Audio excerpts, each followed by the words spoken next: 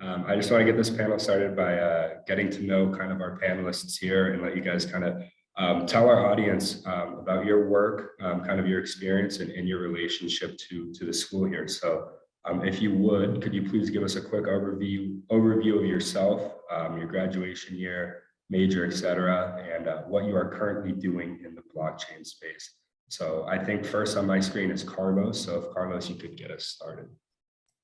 Sure, yeah, I'm happy to kick off. And hey, everyone, it's fun to be here. I haven't kind of spoken to UChicago students in a while, so it's cool to kind of come back and talk to you guys. So yeah, my name is Carlos. I graduated in 2016. I did my undergrad in econ and philosophy at UChicago. And I'm currently working at The Block, which you may have kind of heard of or read about. So The Block Crypto is kind of blockchain news and research organization. I'm currently on the research team, kind of working with clients that are interested in learning more about the blockchain space or who want to do specific research projects, bespoke research projects with us. So we'll do kind of consulting style engagements with clients who want to learn about crypto, what's going on in the space, specific protocols. We work with investment firms and so on in the space. And a bit of background before working in kind of crypto at The Block. I was briefly, well, not briefly, for 2 years, I worked in management consulting. Before that, I'd actually worked at Johnny's startup for a couple of months in crypto, which I'm sure he'll mention. And before that, I was at Morningstar in Chicago for a year. But yeah, happy to be here, and I'll kind of pass it on. Okay, great. I think next on my screen is Ren. Yeah, sure.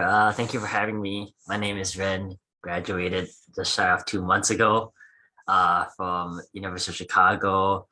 Graduated with a major in statistics. Currently, I work as a senior trader at Diffuse. Just a really quick two-liner about Diffuse. Diffuse is an alt fund incubator. So what we do is we find slightly more esoteric investment opportunities within the decentralized asset space and spin them up into institutional grade funds. We have around 3 funds to date. One of them is an index fund, and the 2 other are market neutral and market long high yield DeFi staking strategies. And thanks for having me here again. Of course, and then Teddy, and then John. Hey, I graduated in June with a major in art history, minor in molecular engineering. Was intending to study animation and just kind of go to Hollywood and take that whole route, and then got roped into NFTs, and then got a little bit lost in that in the summer. Was having too much fun, and then was picked up by Noah Davis at Christie's to work in their NFT department.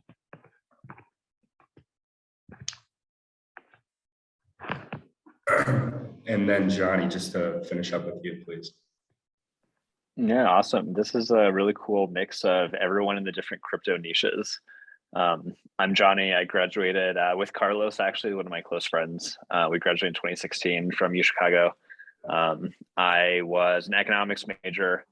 I then went to investment banking for about a year, and I honestly really did not like that.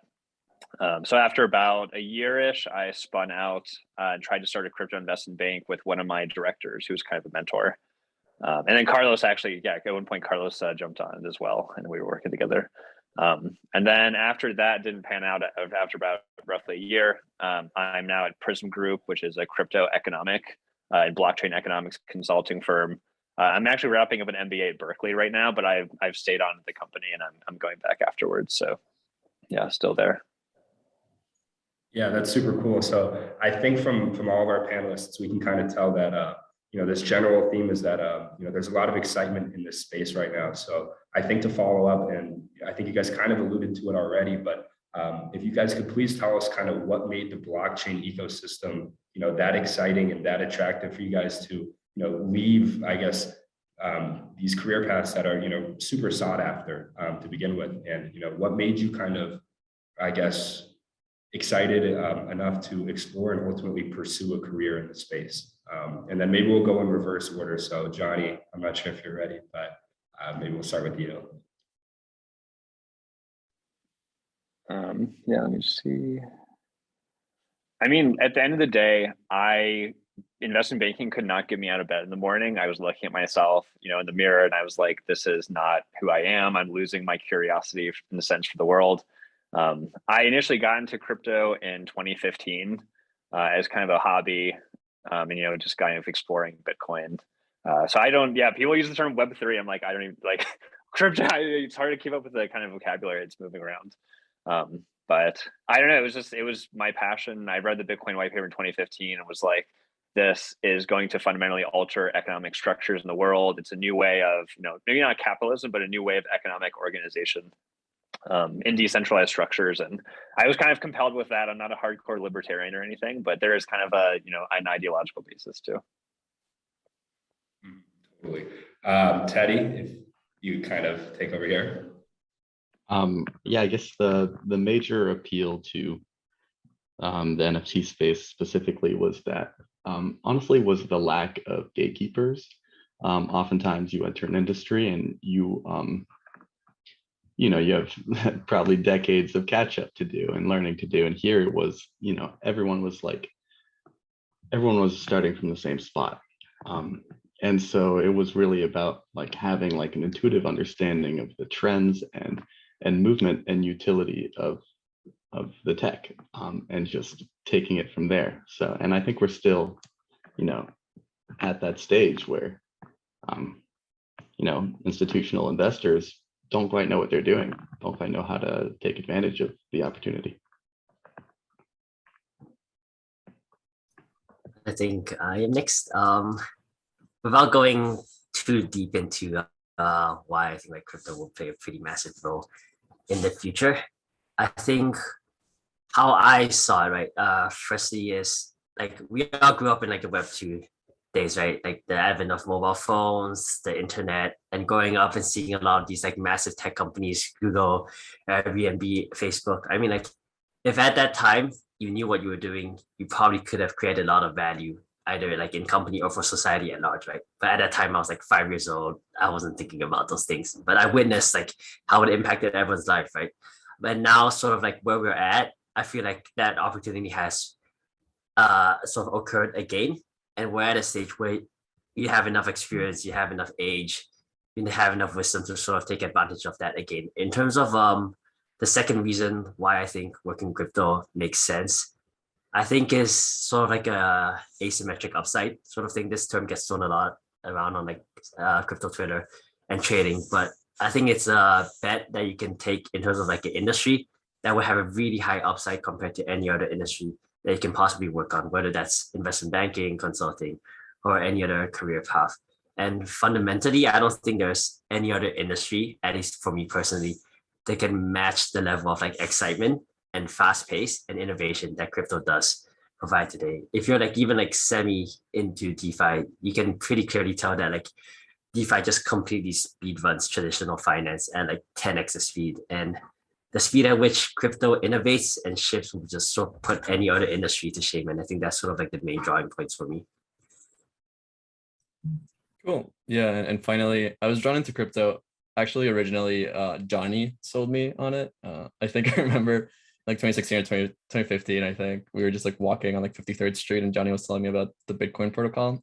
So I just got really excited about the technology since like pretty early on. It just seemed like a really cool way of, yeah, as Johnny kind of mentioned, transforming a lot of industries, disintermediating financial services, offering new ways of offering like tech services, even like social media, decentralized like files, like storage and all sorts of like other kinds of services and offered in a new like decentralized way. The technology just showed a lot of promise, and it was clear that we were kind of very early on. So it's just very exciting to potentially join a wave of new like technological transformation right at the beginning. So that seemed really exciting. So I've been like following the space since, and I think similar to Johnny, as I worked in management consulting, I didn't really feel like that excitement as much, and there was a lot of excitement and energy around crypto that just didn't exist in kind of like traditional like finance and consulting. So yeah, I made the decision to make the switch kind of because of those reasons. Yeah, totally. Johnny, you sound like you're a good friend, putting Carlos on way back then. Yeah, I appreciate that, Carlos. So I guess my last kind of more general question before we get into some more specific questions for each of you all is, so the general kind of theme here that we seem to be picking up is that obviously blockchain super exciting, but it's moving very fast. So for young people, kind of, like our audience today, what would you suggest? And perhaps you can take this and apply it to more of your, I guess, niche within the space. So for example, NFTs or trading or consulting. What would you suggest to our audience for them if they want to, begin to self-educate, and then more broadly, if they already have that foundational knowledge, how would you recommend for them to kind of connect and better interact with the ecosystem? Yeah, and then feel free, maybe we start with Johnny this time, or Teddy this time, if anybody feels compelled. Sure, I'll go for it. I guess that the most important thing is forming communities of people that you like talk to this and like discuss like topics about, and the fact that I wish there was a blockchain club that was hosting panelists when I was in college. Like, I would have loved this, and I think you guys should be just in communication about like what's being developed, like what trends are happening, but not just with each other, but hopping into Discords, hopping into Twitter, and not being afraid of people. They might have a weird profile picture and might be throwing out slang you don't understand, but that's, but like, be like, hey, how's it going? Like, can you tell me what this is? And I'm like, the Web3 community is very like, giving and are willing to like give like advice and pointers. So I think communication, first things first. Discord, Twitter, those are the spots. Totally, I agree. I think just especially with kind of creating our own community here on campus, that's definitely what we've been kind of using as a hub. So Johnny, do you have any answers for yourself more personally? Yeah, I mean, to echo Teddy, yes, community is great. Apparently Reddit and Telegram were kind of like older crypto things too. No, Discord's good. Discord's similar to like Telegram a bit. But I'd say, I think reading news is somewhat helpful, but it's also, as Teddy alluded to, getting in like communities and like actually joining like a project's Discord or project's Telegram. You can kind of, yeah, there's a lot of noise in that space if you've ever seen like crazy crypto chat groups. But that's the best way to kind of know what's happening fast with projects, even like, looking at their GitHub if you're on the technical side and can read smart contracts or can read code a little bit. But also, just explore, like, don't start looking at the internet and Googling crypto things and Googling terms you don't know, and just like going down rabbit holes and exploring Medium articles, right? There are a ton of Medium articles that a bunch of VCs and different people write, and theses on what's happening and what happened in the past and what's going to happen in the future. Just like, it just takes time and effort to invest in like doing that. I think that not a lot of people are like that motivated to really dive into things. And then going to meetups such like this, the new club, new RSO at UChicago. There also, in my day, at least when I was coming out in like 2016, 2017, there were meetups when I lived in New York. There were like meetups on like meetup.com. That's a great way to like, level up quickly and talk to adults who are working in crypto. Obviously this is a great forum too, but that, just some different avenues that you can get educated and also kind of like jump into the space directly.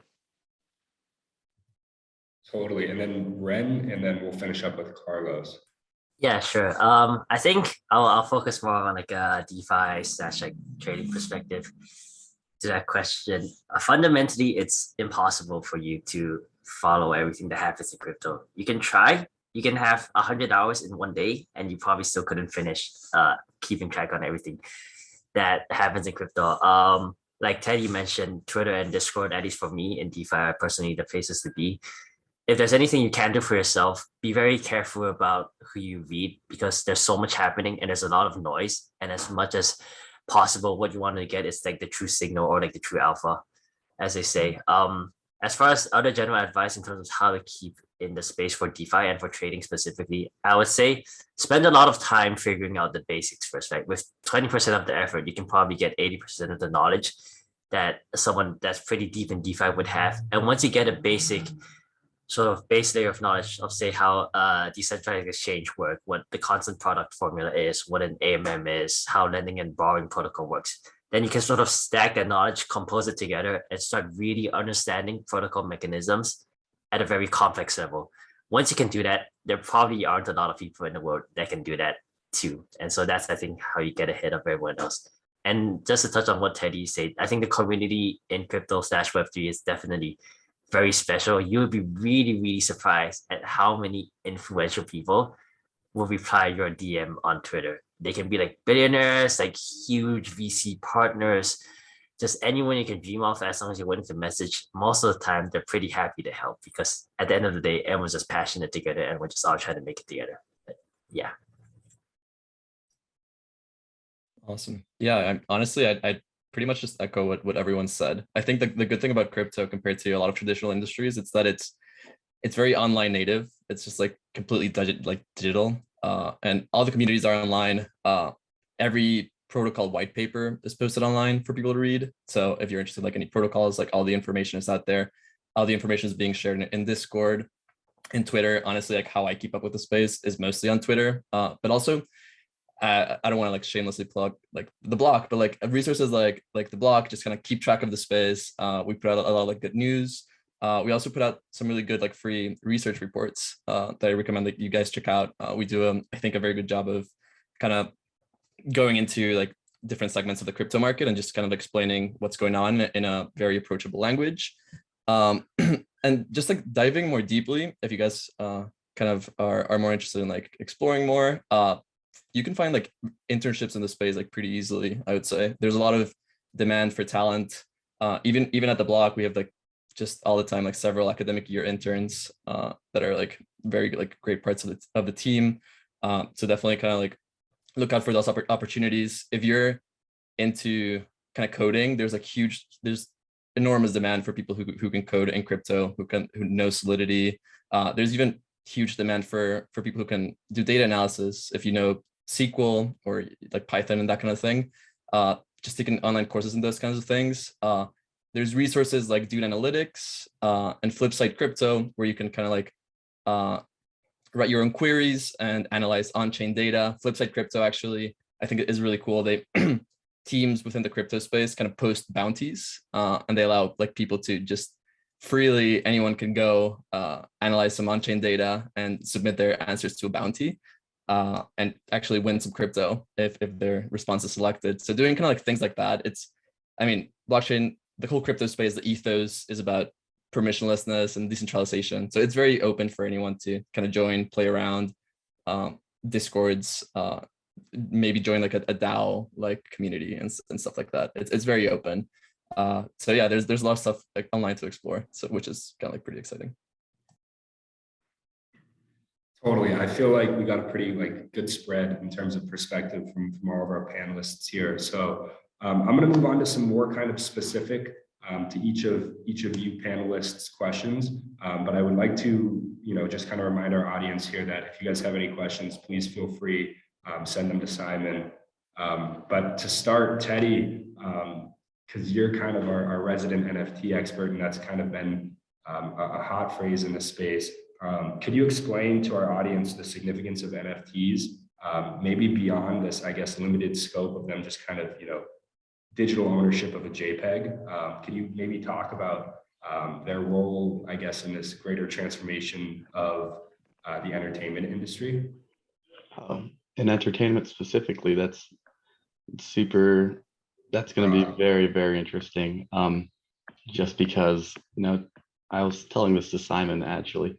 Let's say you want to make a movie, you're a great writer, you got yourself a great director, and you have like a strong fan base. Instead of taking your script, your ideas to the same 10 guys in Hollywood to fund your movie, instead of taking it to them, you take it to your 1 million followers on Instagram. You say, hey, like, you can take part and like have a return on investment and maybe an additional utility for investing in my movie. And tokenomics just opens the door for just like mass funding for like any sort of project, not just creative, like any startup. You can really reach out to crowds of people, and honestly, it's a lot easier to sell to to someone if it's like $100 versus, you know, it's $1 million that they're giving. And really, you know, these people also have, if it's more like entertainment based or music based, they might buy it because they're like a fan of your work and a fan of your creative process and would want to support you as an artist. So even if it's a flop, like for, you know, a creatively driven project, there's still value there for the collector, and to kind of, you know, typically like the artist and like the consumer have been kind of like separated by like a lot of layers of just mush, you know, like in the art world, there's the dealer, or there's the auction house, or there's the gallery, and the artist and collector like don't even speak sometimes. They don't even know each other. It's because there's that person in the middle that's, you know, taking that 50% cut. It's really just, you know, increasing communication and access for creatives in a very cool way. And then I really didn't want to kind of limit you there in terms of entertainment. So just, you know, off the top of your head, if there's anything kind of more exciting, I guess, outside of the entertainment industry that you think NFTs are particularly pertinent towards, if you wanted to just talk about anything there too. I didn't want to limit. There's so much that I'm gonna talk about. Just a couple little projects that I think are interesting. If there's a project called the Flyfish project, which is kind of, it has very fun utility because owners of this token basically get access to like this private dinner in restaurants around the world once a year.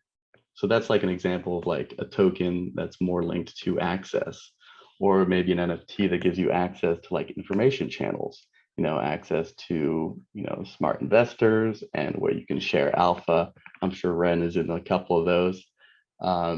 Or you could have Coachella just recently launched their NFTs for their festival. I mean, every single year Coachella tickets sell out so quickly, then everyone's on Facebook Marketplace trying to like buy themselves a Coachella ticket. You know, why not just like, if that secondary sales marketplace exists, why not just like make it easier, make it faster, and receive royalties for every single one of those secondary sales. So there's, you know, and then you get into gambling too. I actually got into NFTs through virtual horse racing, which had just come home from college, and I was talking to my friends, and they'd go, "Have you heard of virtual horse racing?" And I go, "No, like tell me more, like right now." And basically, there's this whole ecosystem where people were like breeding horses, racing horses, trading horses, like a huge economy around just like an institution that already exists in the real world, but, you know, minus so many of the barriers. I can't buy a horse and erase it and breed it, and you know what, that's like years off my life, and wouldn't do that to an animal either. So, you know, there's just so many like fun ways to go about it. Yeah, that's crazy. Was that by chance Pegaxi? I feel like I've heard about a couple of digital horse racing. That was Zed Run, and they actually got a couple months after they got funded by Stella, NASCAR, well, partnerships with NASCAR and Stella, and like $20 million in startup funding for like a virtual horse racing game. I mean, that's like the Web 2 approach to fundraising. You know, then here I feel like I like the idea of fundraising with like masses of people and distributing equity. Yeah. Well, kind of in the spirit of, you know, distributing and having everything be decentralized, Ren, we're going to move on to you. I have a question, kind of being a trader in the space. How would you, I guess maybe more broadly, if you could you comment on kind of, I guess, the emergence of DeFi and this, I guess, whole other aspect of, I guess, the digital economy, and just kind of, you know, I guess, talk about how that affects your day-to-day as somebody kind of working in the space? Yeah, sure. That's a pretty lengthy answer. Hopefully I don't give a really lengthy explanation. Decentralized finance at its core is taking services or products that banks and institutions previously used to offer, and offering them in a decentralized manner, right? So finance without the sort of like institutions. Fundamentally, what you're doing is trusting the code in the form of smart contract rather than centralized institutions, whether that's the Federal Reserve and Jerome Powell, or the Citibank on like 57th Street, or trusting someone to sort of like make sure they pay your payroll correctly at the end of the month when you get your wage, right? I think fundamentally that changes a lot of things. For starters, that creates a lot more permissionless systems. For me, sort of like key tenets of Web3 and specifically DeFi is that it's open, trustless, and permissionless.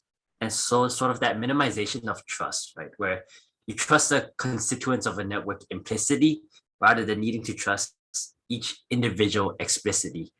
Or for example, having to achieve trust extrinsically through a third party is something that's just not very possible in a centralized world, right?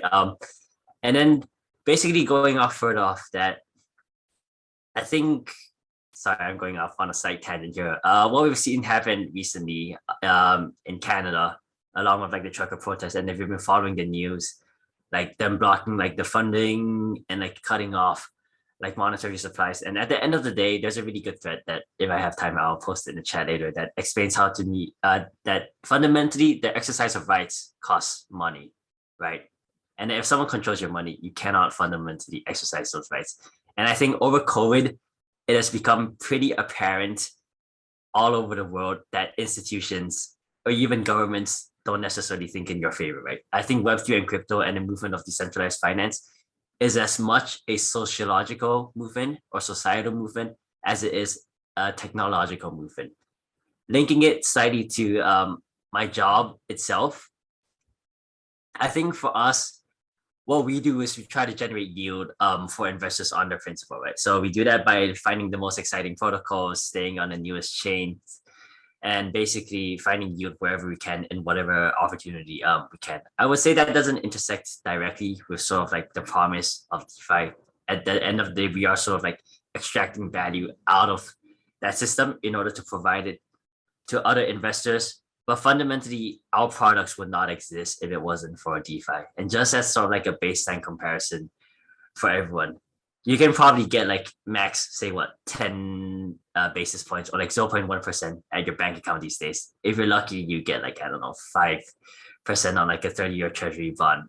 I think if you go to anyone in DeFi, they'll probably laugh away your 5% yield on like US dollars. And so I think there's a lot of innovation that happens in the space overall. And I think traditional finance obviously has innovated over a really long period of time, say over like 30 or 50 years, the whole advent of high frequency trading and whatnot. But DeFi, partially because a lot of the builders and developers don't care about regulatory constraints, are able to build so much more innovating and exciting products in terms of financial products or other financial derivatives. Wow, I really liked what you had to say about it kind of being like a like kind of more of a social movement more than it is even almost like a financial movement. I think that's so true. And then, yeah, so I'm going to move on to my next question here for you, Carlos. I have a question for, being a research analyst at the block. You guys are really kind of a pretty prominent institutional research hub in the space. So how have you felt kind of the open source nature of blockchain? How do you think that has kind of changed news and kind of data feeds and kind of, I guess, like making information more accessible to everyone? And I guess, perhaps, I guess how that's relevant for you and your role at the block. Sure, for sure. I mean, it's a pretty interesting question. I think crypto does have kind of a lot of promise to kind of democratize information in a lot of ways, which the internet has already done. But I think what crypto can kind of add is that incentive or like value movement layer that maybe didn't exist. So whereas before anyone could like post right on a blog and so on, through crypto, you can now have like incentive mechanisms to like pay people to like contribute content in a decentralized way in like new interesting ways. So there's protocols like Mirror XYZ. I'm not sure if you've seen it, but they provide new ways for people to like actually get paid and monetize their news content, their research content, etc. There's Intern DAO, for instance. There's all sorts of like new decentralized ways to kind of produce content, produce news, and get paid for it. That's not necessarily restricted by traditional gatekeepers. So I think it really opens up opportunities for anyone to participate, anyone to get paid for that kind of content. On the institutional side, for us, so far, the block is still kind of a centralized organization, and we operate pretty traditionally. So I can't say we're kind of leveraging a lot of that decentralized permissionless layer of crypto quite yet. But I think it's still important to like have organizations like the block that are kind of serving this role that's like kind of like between institutions and crypto, and kind of just educating big institutions that want to learn about this space, want to figure out how to participate, want to understand what's going on. And sometimes the very crypto native people don't speak the same language as the traditional institutions. So organizations like the block, I think, are kind of bridging that world. So yeah, I mean, I guess it's good to have. Yeah, so Carlos, maybe a quick follow-up here would be, do you think you could ever see the block, I guess, transitioning towards more of like a decentralized model to kind of like, I guess, fit the space a little bit more, or, you know, they're kind of sticking to that kind of Web2 profit-oriented model a little bit more? Yeah, maybe. I think we've kind of joked about like releasing like a block token and kind of like decentralizing our operations that way. But right now it's kind of pretty speculative. I think we'll kind of see how the space develops. But maybe, yeah, later on as new. I mean, I think part of the challenge here is a lot of kind of like regulation and government is still kind of getting familiarized with the space and understanding. A lot of crypto currently still operates outside of a lot of like regulatory frameworks. So that's still kind of being developed. The regulatory clarity for kind of DAOs or companies operating in the crypto space sometimes like doesn't exist, or a lot of crypto companies are operating and sometimes in like gray areas. So like the legal system is still kind of catching up. So companies like the block can't really at the moment operate like in a fully decentralized manner. But I think as legal systems develop, as new frameworks kind of come online, we will see if we can explore something like that. Okay, yeah, great. Okay, so I have one last specific question. So audience, if you guys have anything, you know, continue please just sending those in. But Johnny, I think that your kind of, I guess, background as somebody who worked in kind of traditional consulting and then kind of made this switch over, I guess if you could comment on how you see blockchains, I guess, affecting the greater, I guess, occupation of almost consulting across the boards. I think our audience would be super interested to kind of hear how blockchain technology, and maybe not just crypto, but blockchain as a whole, how that's really kind of impacting your field of work. Yeah, I was investment banking before, not consulting, but yeah, close enough. Client services. No worries though. Thinking back, there were some interesting new models in 2018 of like, I don't know how familiar people are with like the concept of on-chain governance, where a protocol issues a native token, and then that token gives various token holders the right to, not the obligation, but the right to vote on different protocol proposals. That could be anything like a technical code upgrade, or it could be hiring a centralized consulting firm. That didn't take off. I remember thinking in 2018, 2019, like, oh, maybe that will like, you know, change how professional services work. Because now you're not serving like some clients in the space, right, at the highest level. There are centralized companies like Coinbase. I know BlockFi is, you know, centralized DeFi company, which is, yeah, someone mentioned, another speaker mentioned DeFi. You only learn how decentralized something is in DeFi until the SEC subpoenas it. So that's a good like measure of like, is a DeFi project actually like decentralized, or is it like a centralized company masquerading as decentralized for the halo of crypto? But that model of a community a decentralized community, say any, you know, Ethereum or something, or any decentralized Polkadot, any kind of truly decentralized project, hiring a centralized professional services company through on-chain vote without, because these things don't have core management teams, right? there are no C-level people of like, I don't know, Polkadot. There's no like, there's like, sure, there's founders, there's the foundations usually attached. But we really haven't seen that change a lot. And Prism Group is, just not a normal centralized company. We are fully remote. We're distributed, so we don't have any in-person physical offices. That's maybe the closest thing to kind of like the crypto culture. But yeah, I mean, we're also kind of boutique and unique in that it's not like McKinsey model where you can crypto every like client, every either early stage decentralized network or larger corporate who is trying to implement a token mechanism in some way into their, and innovate and their R&D side.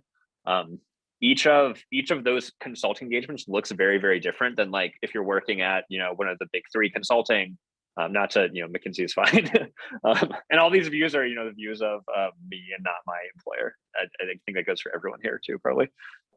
But yeah, that like, it's not as much copy, not that they completely do copy and paste, but each engagement, whether it's a large corporate project or it's like, even when you go deeper into each decentralized protocol, they're extremely different, right? In terms of how they implement like smart contracts even, right? Or like if people know like the UTXO versus account-based model, like either every individual blockchain and token that's on the stack on top of blockchains, each one is really unique and different. So it requires kind of a high bespoke approach and bridging theory and practice to specifically target that what each the unique or idiosyncratic elements for each protocol. That's what kind of excites me and keeps me constantly learning, right, and going really, really deep on a customized basis to each one of these.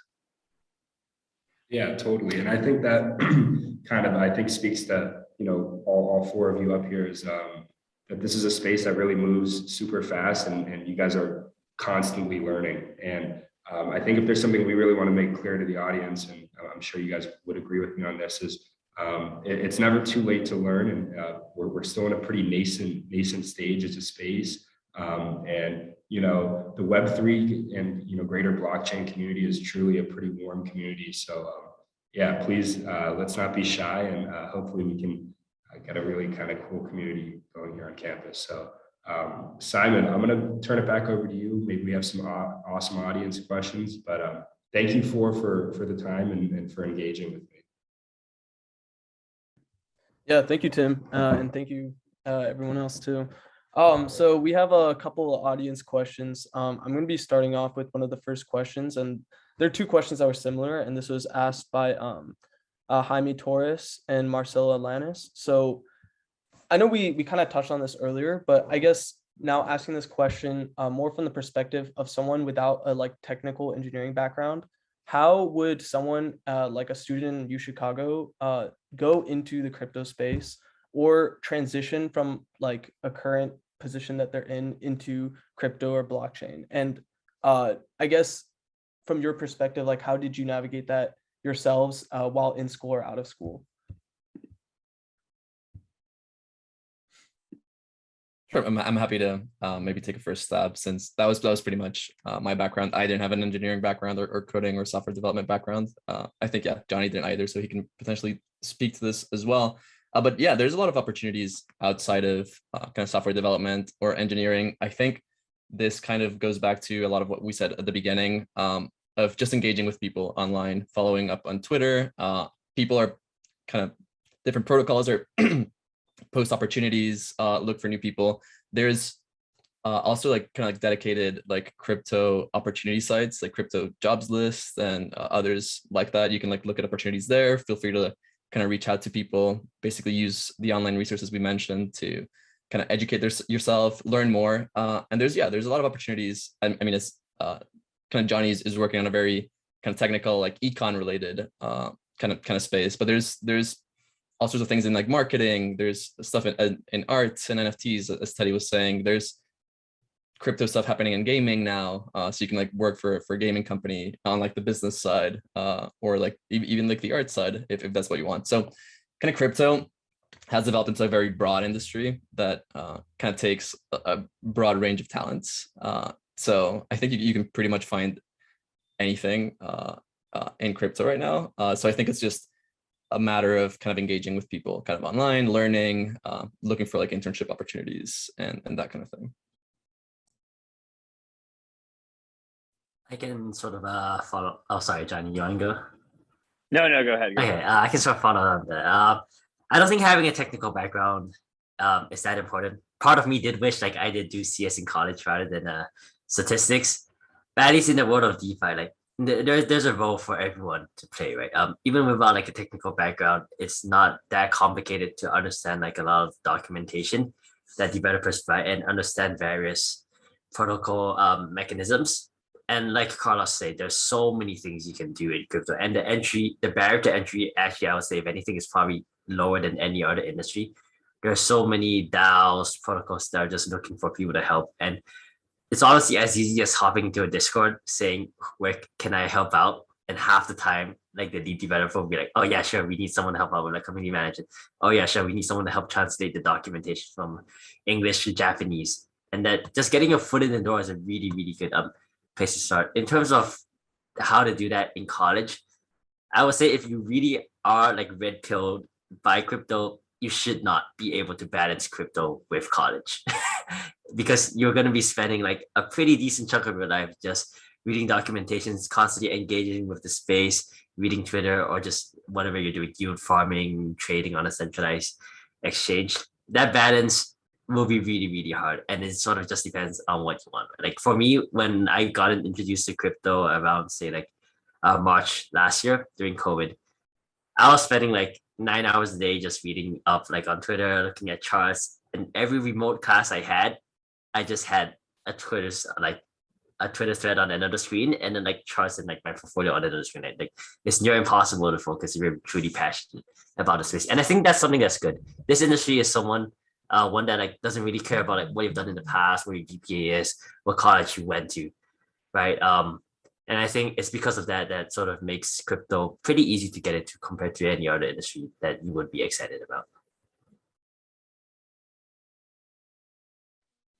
Yeah, these are all good thoughts I agree with. And apparently Carlos and I are like elder alumni, no longer recent alumni now. So definitely, the other people would know things that are like better to do while you're still in college. I think if you're like years out of college, it can help to have a traditional background if you're pivoting on the business and if you're not speaking on the non-technical side.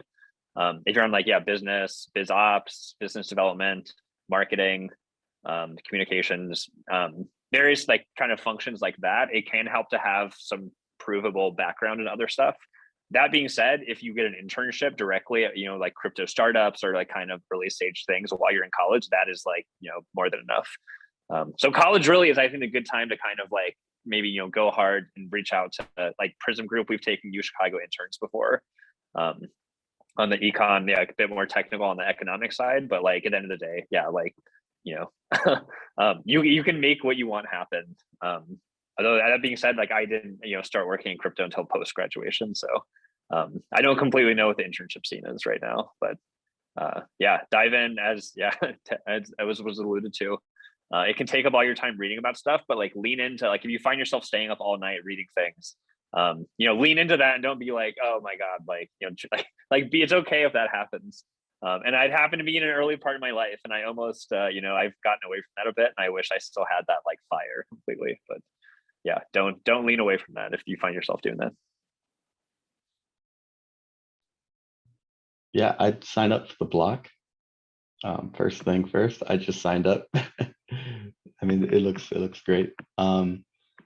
Second, I'd say, just the same thing I said earlier. Just join communities, join projects. I guess from the NFT side, a lot of projects kind of look, the same. A lot of them are, profile pictures that are kind of half a cash grab.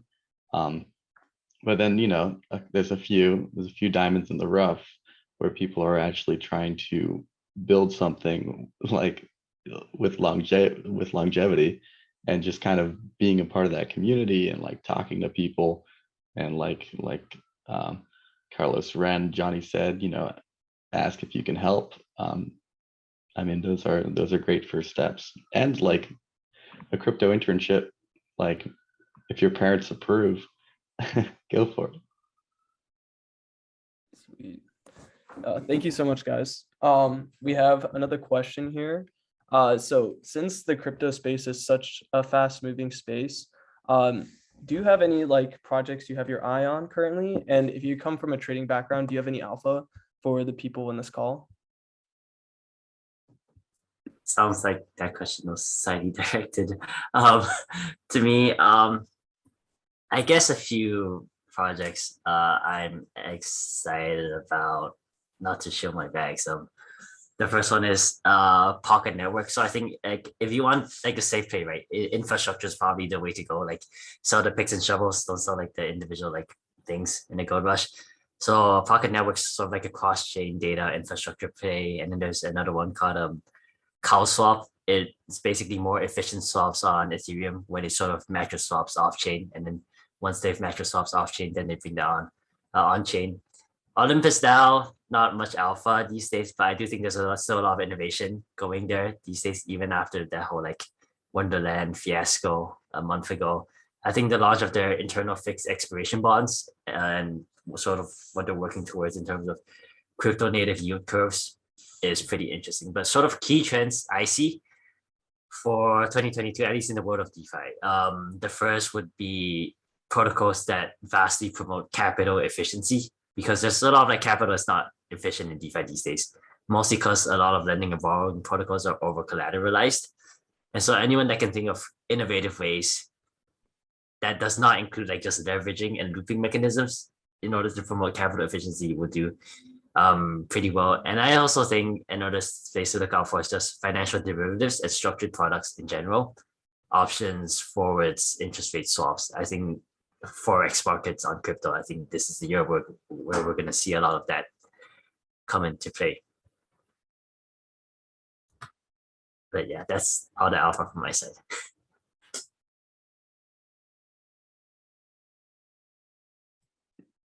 Anyone else have Honestly, projects? Oh, my bad. Sure. I can jump in. Honestly, I've been following a lot of the things Ren mentioned there. I'm pretty excited about the kind of exploration of new yield opportunities that are just besides liquidity mining, which has and kind of like the basic kind of lending and borrowing protocols that have happened in DeFi. That's what's driven a lot of the current yield. But there's a lot of interesting things happening, and also Ponzi schemes. But there's a lot of interesting things happening in structured products and derivatives. So protocols that automatically create option strategies, kind of like ribbon finance and friction, stuff like that is really interesting. And it's kind of bringing new sources, new investment strategies into DeFi, which is really interesting. And another thing I think Ren mentioned is kind of projects that are figuring out ways. I mean, the reason why like a lot of these lending protocols are over collateralized, it's because you have to deal with a lot of identity issues in crypto. You never quite know like who you're dealing with. So there's very interesting protocols that are kind of exploring solutions to this through like decentralized identity systems, decentralized reputation systems.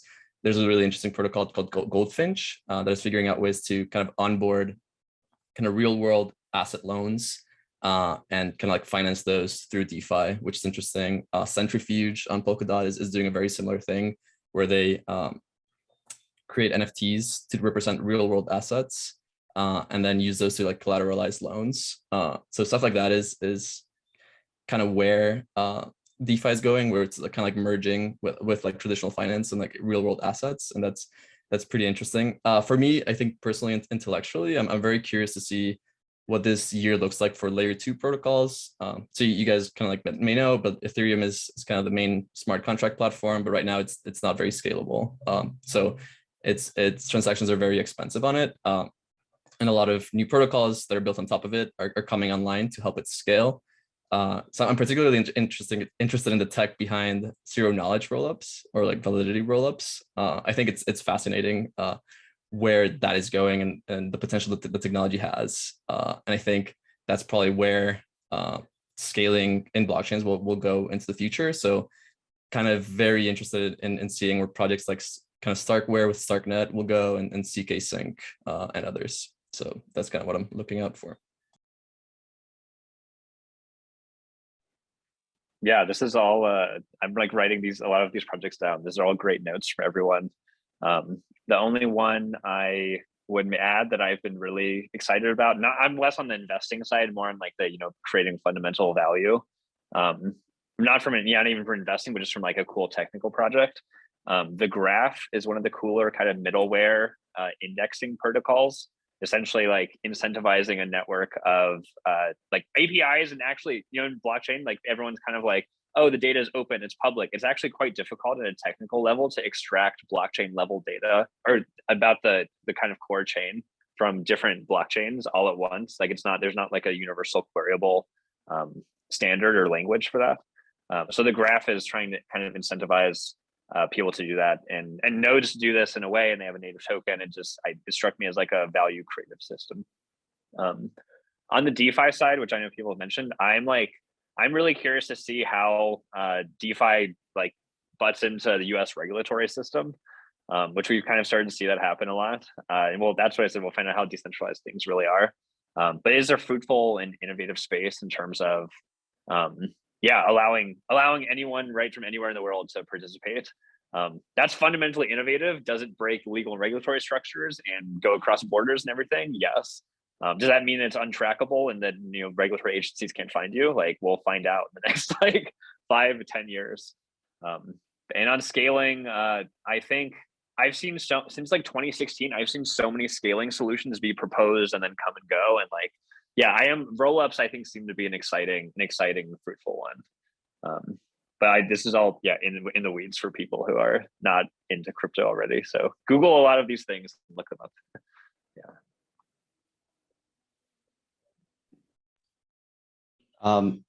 I really don't feel comfortable suggesting a lot of these NFT projects just because of where we stand in the space right now. And I think that, there's, I guess when it comes to NFTs, look at the team. Are they anonymous or are they showing their face? Like, are they building something useful? Like, what are they just throwing events? Or what's the big idea? In the end, like, yes, they could all create a brand. It's just like the brand has to serve some sort of utility, and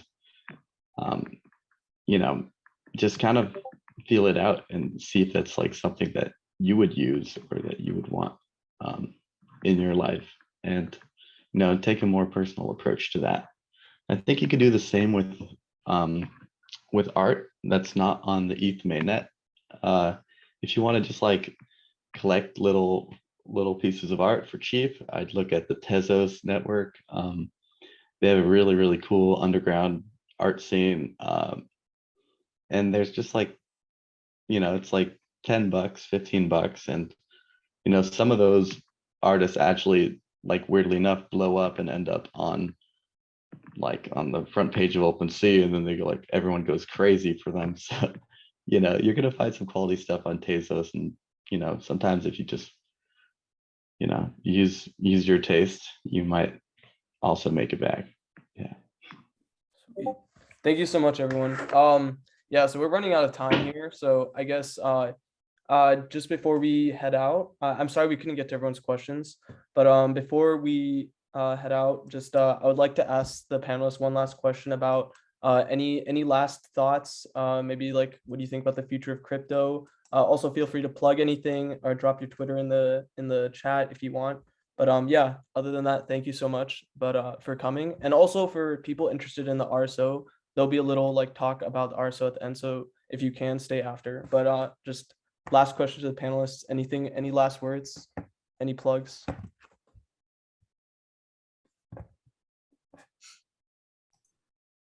I guess my final thought. Oh, Randy. Go ahead. No, my final thoughts is I think it's just really cool that you guys have put this RSO together. I wish UChicago had one when I was there, so kind of excited to kind of keep in touch, see where you guys go with this. And yeah, I mean, definitely anyone feel free to reach out. The block hires interns all the time, so lots of interesting opportunities in the space.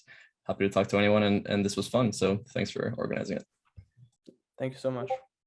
Yeah, last thoughts. My company's also hiring junior traders and junior devs, so feel free to reach out. And where do I see the future of blockchain? I think fundamentally blockchain will reorganize society in one way or the other way. And whether you want to play a part in that or not is sort of like a personal decision. My personal like thesis is, and probably my strongest one, is that Web3 infrastructure that underpins a lot of like pay to earn games these days is the beginning of a fundamental reorganization of the labor force, right? Because blockchain technology enables first like earning power and the accessibility of that across the world. Second of all, autonomous organizations or DAOs will sort of support the infrastructure that turns the workforce into like a permissionless worker-driven entity rather than like a corporate or company-driven entity. And I think the last point that enables that argument is the tokenization of work, where work itself is easily transferable and you can sort of make it an appreciating asset that unlocks a worker's upward economic mobility. But it's hard to say. I may be wrong, but I just think it's sort of exciting to be in. That's my last words.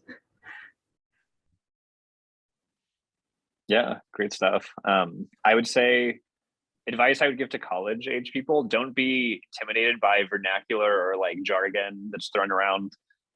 Trust your BS meter when you're reading about projects. And as people alluded to, like there are like, like vaporware projects. But trust, if you're reading something, you're reading a white paper or GitHub or going deep and you're like, that just doesn't make sense or add up. Like trust that like UChicago critical, instinct in yourself. And don't think like, everyone knows what they're doing, because like many people like, oftentimes have like oversights or there are issues and things. So trust your gut and dive in. Thank you. Sweet. Okay. And thank you to the organizers as well. This is a great, panel thank you for putting it together and pioneering the approach at Chicago. Yeah, thank you everybody for showing up, especially the panelists. I think we'll wrap it up here now. And again, like I said earlier, anyone that's interested in the RSO to hear a little bit what we got going on next, feel free to stay on. But with that, everyone have a good night. Thank you so much. Hey, everyone. Yeah. Thank you. Thank you, everyone. Cheers. Thank you. Sweet. I'm gonna see how many people are here. All right. Okay.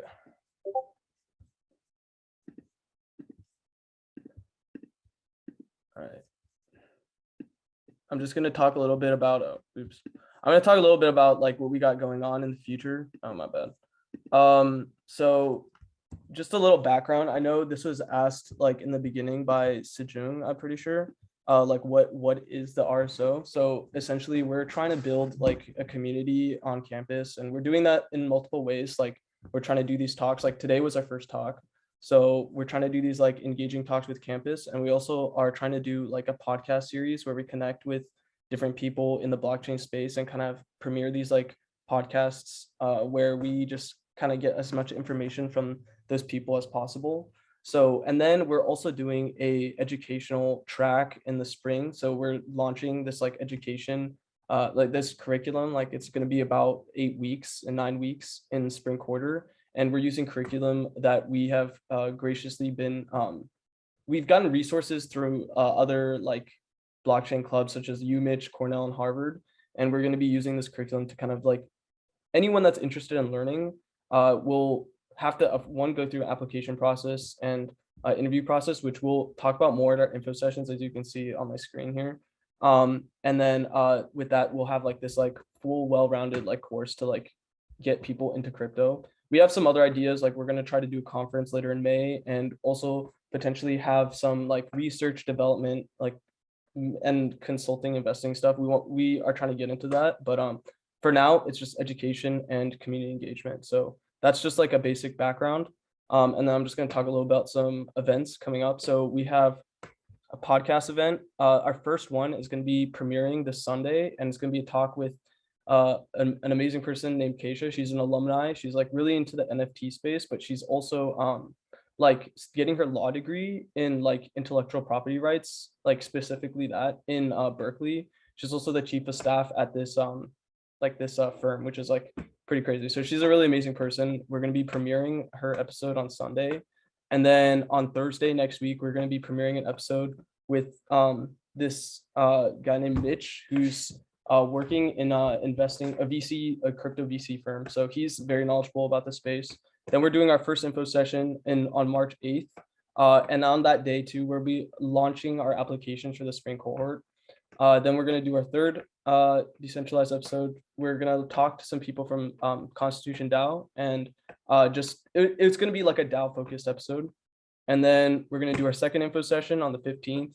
And then for now, our fourth episode is going to be with one of the people on our board, actually, Lexington Bro, who's a full-time developer at a protocol. So that'll be an interesting episode to like learn about how a student here, like an undergrad, can get a full-time job in crypto as a student. So that's what we got planned so far. We have a lot of more exciting things coming up. So stay tuned with us on Instagram and Twitter and LinkedIn. I'll be sending a follow-up email to everyone that registered with the recording of this talk, as well as all the links and contact information. So yeah, I guess, are there any questions? I've been looking at the chat. Also, anyone else can feel free to add something.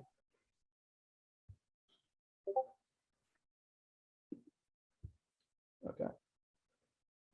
Oh, Aiden. What's up, Aiden? He's muted, so let me yeah, there we go. You can. Yeah, just a quick question. Will both the info sessions be the same like material? Like, do you have to go to both of them or just one? It'll just be the same material, just different times.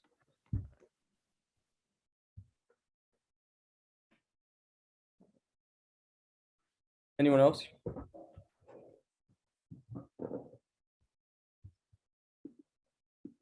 All right. Sounds good. All right, I'm going to close the call now. Thank you so much, everyone, for coming, and have a great night. Thanks a lot, everyone.